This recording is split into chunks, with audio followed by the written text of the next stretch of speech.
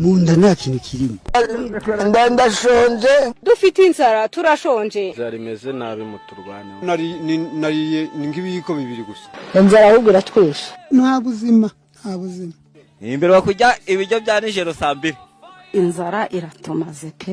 Ubwo nugutungwa n'umwuka w'Imana nta bindi. Ejo nararyamye ndaro. Inzara inandiye ndeba hejuru mu mabati.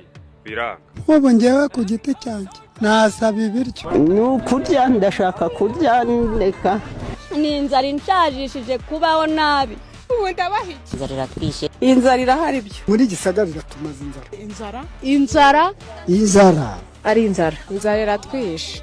ni inzara iramwishe. Uno muvandimwe yishwe n'inzara. Cha turashonje cyane pe.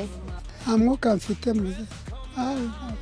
Nk'uwo muyobozi ari mu modoka ye, arafite umuceri mu nzara, arafite ubugari, arafite kawunga, arafite byose ntamenya ko shonjegeye. Ndabibwirwa n'iki se ko baba bariye twebwe tutari.